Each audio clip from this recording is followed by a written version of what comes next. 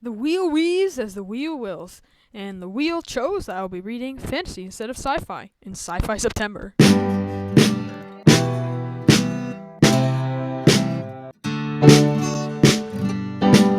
Hello and welcome back to my channel.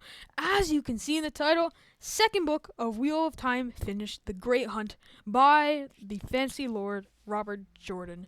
I absolutely love this book. Like I did in my Eye of the World review, there will be spoiler free, there will be spoilers, and now I'll do spoiler free first.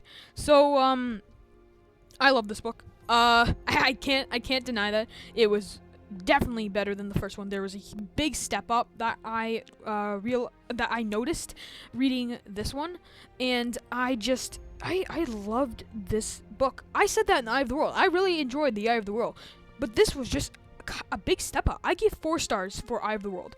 This one has to be a 4.5. I don't think it's a 5-star, but I think there will be a 5-star in the third book or the fourth book. This book was so good that I'm about to start The Dragon Reborn next. It's gonna be my next read. Hopefully I can finish it before September ends. I was actually gonna read like a completely different book, but I finished Great Hunt and I was just wanting so much more. I guess that's the start of my spoiler free. Like at the end, you're just gonna be wanting more. The way it ends is you don't want to pick up another book. You want to read The Dragon Reborn, the third book, next. Again, spoiler-free thoughts. I gave this 4.5. I said that you just really want to get to the second book. The plot was way more interesting. At the base of it, it's a heist book. A magical artifact gets taken from the Aes Sedai kind of treasury kind of place, I guess you could say, and Brand, Matt, Perrin, and others have to go after the magical artifact. I don't want to spoil it. That's why I'm saying very vague things. But if you've read the book, you know what it is. But what you really get out of this is way more information about the Aes Sedai, way more information on Egwene and Nynaeve, and I really connected to the characters way more in this book. I love the characters so much more. Moraine, I kind of feel for Rand. Like, I'm not really in love with Moraine yet. She kind of very mysterious, and she's very, she kind of thinks that what is going to happen is what she wants. That's just my opinion. That might be unpopular, and it might change later, but I'm on the side of Rand. Like, she's kind of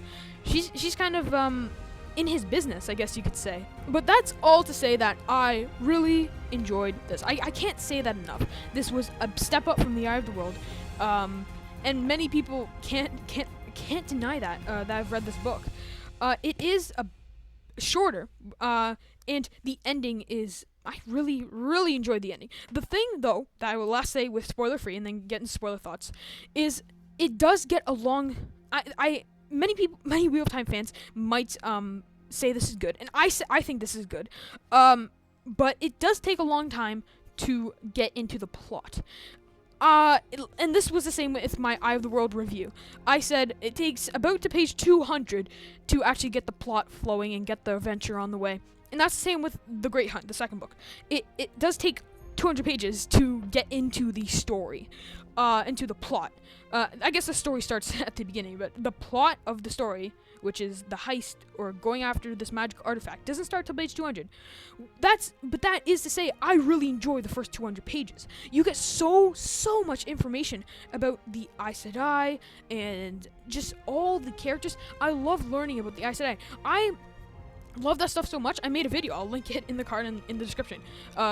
And I made the Aja, the 7 Aja video. I loved learning about that so much. I just did some more research and I found all that information. So you can go watch that if you want to. But I made that video because I was so interested in the lore behind the Aes Sedai. You get to learn so much more about Tarvalin, about Dragonmount, about Carian, I think the name is, Dara, and oh my god, the world building in this is insane. I'm going to talk about this in spoiler if you've read the book, but the world building is such a big step from but Great Hunt is just insane with the world building. You get to know so much, so many different magical, fantasy-esque artifacts, and I don't want to say any more, but if you haven't read the book, I really highly recommend it, and I'm definitely going to get into The Dragon Reborn right after I finish this, because I didn't want to read any of it before I made this review. Anyway, I will be getting into spoilers now. That was kind of a long spoiler-free talk, but it was really good. It was very, very good. So spoilers starts now. If you've not read the book, please leave, or you can get spoiled, but I don't know why you'd want that. Anyway, spoiler talk. Where should I start with? I guess to start with the characters. Favorite character in this book probably was Rand. I guess, yeah, Rand or sorry, no, I forgot. Loyal. I mean, he kind of lives up to his name. He is a loyal Ogier. Yeah, he's such a lovely character. Loyal is such an amazing, lovely character. He's so friendly, and every time he talks on the page, every time he has speech, I just soak it up. I love his speech so much. Rand, like I said, I think he's my second favorite. He's very intriguing. I like his plot. I like how his kind of story arc where he goes at the start in Eye of the World, or no, at the whole Great Hunt, he's just like, I don't want to be called Luce Theron. I don't want to be called the Dragon Reborn. He wants nothing to do with it. He hates the banner Moiraine gave him. He hates everything to do with the Dragon Reborn. He doesn't accept that he is the Dragon Reborn and he needs to take on the responsibility. But by the end, the arc is he gets it. He is Dragon Reborn, and that's how the book ends. He goes and fights the Children of the Light, the White Cloaks, and he is the Dragon Reborn. He accepts that after he fought Balzamin, I think his name is, in the sky, and everyone saw him. He accepts that, and that's why I'm assuming the next book is called The Dragon Reborn. It's about him accepting, yes, I am the Dragon Reborn, and he just needs to deal with that. But yeah, Rand was very interesting in the story. I loved his character arc. Matt and Perrin, they didn't get a lot of page time, which I was kind of sad, because I love Perrin's plot with the wolves. I love that kind of that we got to see in Eye of the World. I just wanted to see more of their POV, more of what they're thinking. I think I heard somewhere that there is a Matt POV in Dragon Reborn, so I'm excited for that. So Matt and Perrin didn't get a lot. I love the wolves plot line with Perrin, and Matt really he wasn't. I loved his plot trying to get the dagger. He was a part of the story in the fact that he did go. The five ride forth at the end. He did fight in what's it called? Tom and Head, Thalma, I think his name is. He did fight and he did have a story. I just wish I saw more of him. Other characters, Egwene, Nynaeve. Oh my god, when they went to Tarvalon and Nynaeve had the is it Angriel, I think the name is. I loved that dream sequence. I think that's what it's called. But I loved the dream-esque metal, whatever you call it, where he goes through one arch and has a dream 3 times. And I just loved that chapter. That was probably one top 3 favorite chapters of this whole book. I think it's called The Testing. It was very interesting. I thought it was very big in the world building. I thought that was a very good world building aspect to it. And I just really enjoyed that chapter. Another world building aspect that I really enjoyed in this book was the what do you call them? Portal stones, I think they're called. Yes, portal stones, where they where you have to use one power to get through to another universe or dimension.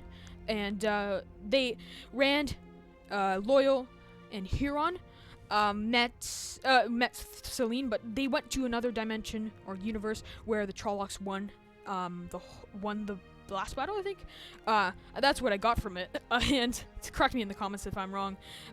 I really enjoyed that. That was it reminded me of like Stranger Things, like Upside Down, and I love that world building. Like I said, the world building in this book is insane. I thought the portal stones were such a big world building device, and I hope they're used more in the future, because Rand just teleported all of them 4 months later to Tom and Head at the end of the book, so I thought that was insane. Waystones were used again, like they were used in Eye of the World. Again, another amazing world building device that I really enjoyed. And I like how they were blocked. The Waystones were blocked. I liked how they added that. Like, no, it's not going to be the easy route out. Because sometimes books can just make, can make the characters just yep, it's just a straight line. But sometimes it has to be jagged, like it is in this book. Nope, they're going to the Waystone, but you can't use it, so they have to go to a portal stone. And I loved how it wasn't a straight line in how easy it was to get to the end. It can be sometimes like that in other fantasy books. So let's talk about Tom Maryland. So he was I just thought of another character when I was saying that. Tom Maryland, he was alive. I didn't really think he was dead at the end of Eye of the World. I only thought that because they didn't see a dead body, so you have to assume that he's not dead if there's no body. But I love that he was thriving. I got pretty sad when his girlfriend, wife, apprentice, I don't know who it was, died. I thought that was really heartbreaking for Tom because he was finally in a happy place, doing what he loves, being a I forget what the name is called, and he was I really felt bad for him. And next character I want to talk about is Celine. Celine I thought was definitely not favorite character. She was a bit not mysterious, but just like very bland in my opinion. She didn't really have like a personality. Yeah, she was just wanting Rand to take power. She just that was her only goal. She didn't have any more goals. Well, editing, I remember that Celine is actually the Lanfear person who is an Aes Sedai that like sold their soul to Balsamon. So she actually probably has other goals, but she just didn't really reveal them because she just wants a brand to take power. I'm sorry for that. And back to the regular scheduled program. Okay, so let's talk about Ingtar next. I thought he was a very interesting character. How there was like a little reveal at the end that yes, he did open the gates at Faldara to let the Trollocs in, and he did redeem himself, which I really enjoyed. I like a redemption, and he did leave. I think he did die, and that he gave not so I guess he gave himself to the Dark Friends, and I liked that redemption at the end. I thought his character arc, I guess you could say, was interesting and good. I thought that was a bit of a plot twist too at the end, when he revealed himself to Rand. Any other things I need to talk about? Moraine, I guess I could talk about her more. She was in the book. We had one like kind of page where she was talking to Lan. Again, another character, Lan, who's only in the beginning, and then he was talking to Moraine and like for a page, and then he's gone. Like I like Lan. I want to see more of Lan. I said in my Eye of the World review that he didn't have personality.